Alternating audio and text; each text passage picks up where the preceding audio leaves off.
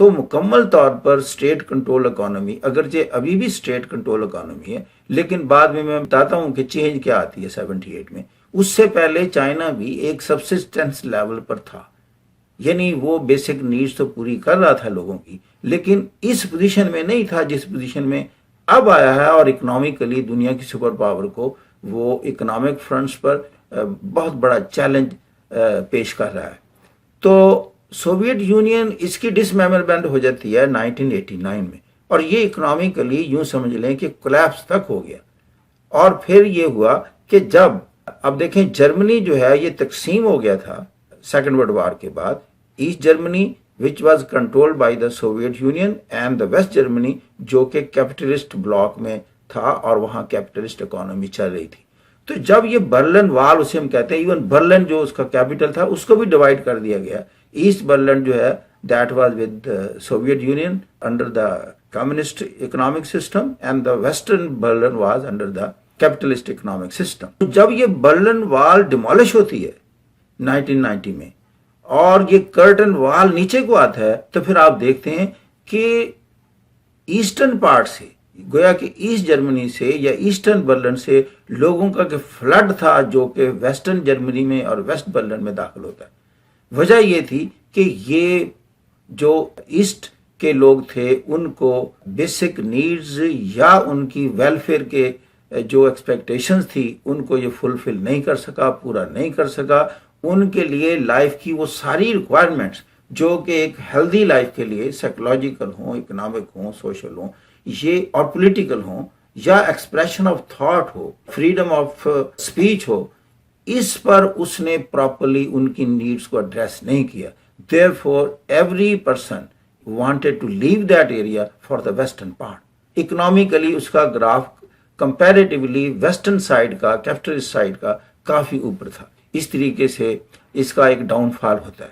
China میں آپ دیکھیں کہ 78 میں جب دیکھا کہ بہت زیادہ چائنا کی ترقی نہیں ہو سکی، عوام کی ایکسپیکٹیشنز پر چائنا نہیں آیا، تو ultimately what the China did, when the Deng Xiaoping came into power, he introduced very revolutionary and very phenomenal economic changes into the country.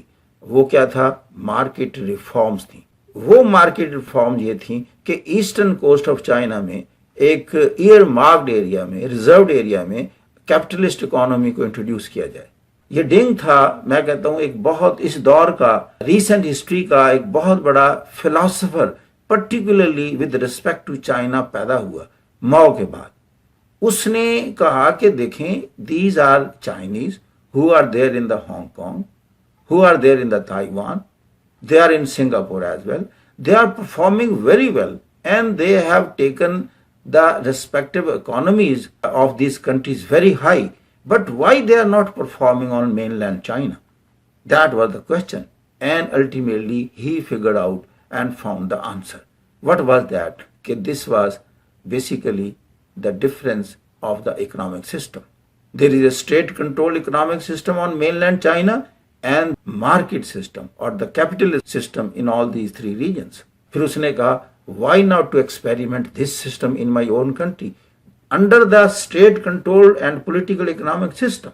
اوپر وہی سسٹم رہے گا لیکن ہم ایک ایریا میں ریزرو کرتے ہیں and ask the TNCs, transnational corporations, to come to China and enjoy the best manufacturing environment اور بزنس انوائرمنٹ اور ایز آف ڈوئنگ بزنس. اور پھر آپ نے دیکھا کہ ساری دنیا کی companies they move to China, اور پھر چائنا کا گروتھ انجن بن گیا اور ایسی کمرشل ہب بن گیا، ایک ایسا ٹریڈنگ مینوفیکچرنگ سینٹر بن گیا. اس کے پاس اتنا ایکسپورٹیبل سرپلس آ گیا کہ ایون یونائٹڈ اسٹیٹس اور انڈیا جیسے لارجسٹ جو کنزیومر تھے سب سے زیادہ چائنا سے امپورٹ کرنے پر مجبور ہو گئے.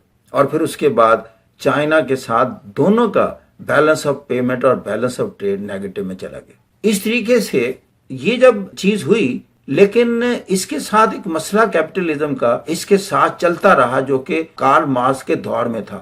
وہ تھا رچ پور کا وائڈننگ گیپ، بلو پاورٹی لائن لوگوں کا موجود رہنا. کیپٹلزم کا سب سے بڑا جو اس پر اعتراض ہوتا ہے اس پر یہی ہوتا ہے کہ یہ دونوں چیزوں کو پراپرلی ایڈریس نہیں کر پاتا.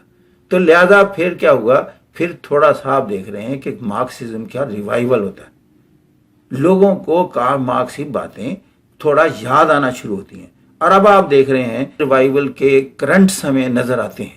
2017 میں مارکسزم فیسٹیول ارینج ہوتا ہے سوشلسٹ ورکر پارٹی جو لندن میں ہے اس کی طرف سے، اور بھی دنیا میں مختلف کنٹریز میں ابھی تک کمیونسٹ پارٹیز ہیں اور جو کہ وہ کمیونزم کی بات کرتی ہیں، لیکن اصل بات یہ ہے کہ جو انسان کا بیسک کنسرن تھا کہ ایک ایگیلیٹیرین سوسائٹی قائم ہو، ڈسکریمنیشن جہاں نہ ہو، جہاں ایکول اپرچونٹی آف گروتھ اور ڈیولپمنٹ ہو، یا کم از کم بیسک نیڈ جو ہے انشور ہوں، تو اس طریقے کی ویلفیئر سوسائٹی صحیح معنوں میں جو کیپٹلسٹ سسٹم ہے ابھی تک اگر ہم آئیڈیل پوائنٹ آف ویو کے حساب سے دیکھیں تو وہ پیدا نہیں کر سکی ابھی تک۔ اس پر جو کرٹیسزم ہوا، تھوڑا سا کرٹیسزم یہ ہوا، اس پر زیادہ فوکس جو ہے نیرو کانسیپٹ آف مٹیریل اور اکنامک آسپیکٹ پر اس میں کیا ہے، یعنی کہ جو مارکسزم ہے یہ انسان کی جو فزیکل نیڈز ہیں اور اکنامک نیڈز کو زیادہ فوکس میں رکھتا ہے، لیکن اس کی جو سوشل اور جو اس کی پولیٹیکل اور سائیکولوجیکل نیڈز ہیں جسے freedom of thought and expression کہتے ہیں، اس کو یہ ایڈریس نہیں کرتا۔ اور اسی لیے آپ دیکھتے ہیں کہ سب سے زیادہ اگر انوینشن اور ڈسکوریز ہوئی ہیں تو کیپٹلسٹ بلاک میں ہوئی ہیں، یعنی ویسٹرن یورپ اور یونائٹڈ اسٹیٹس میں، اور اگر سب سے کم ہوئی ہیں انوینشنز اور ڈسکوریز اور دنیا میں وہ ایک سپر پاور نہیں بن سکے اس طرح کی جیسے ویسٹ کی طرف یہ ٹرینڈ گیا ہے، تو اس کی وجہ یہ freedom of thought and expression کا ایلیمنٹ بڑا زیادہ ہے۔ With this, I end my today's talk with all the prayers for you. Thank you very much. God bless you.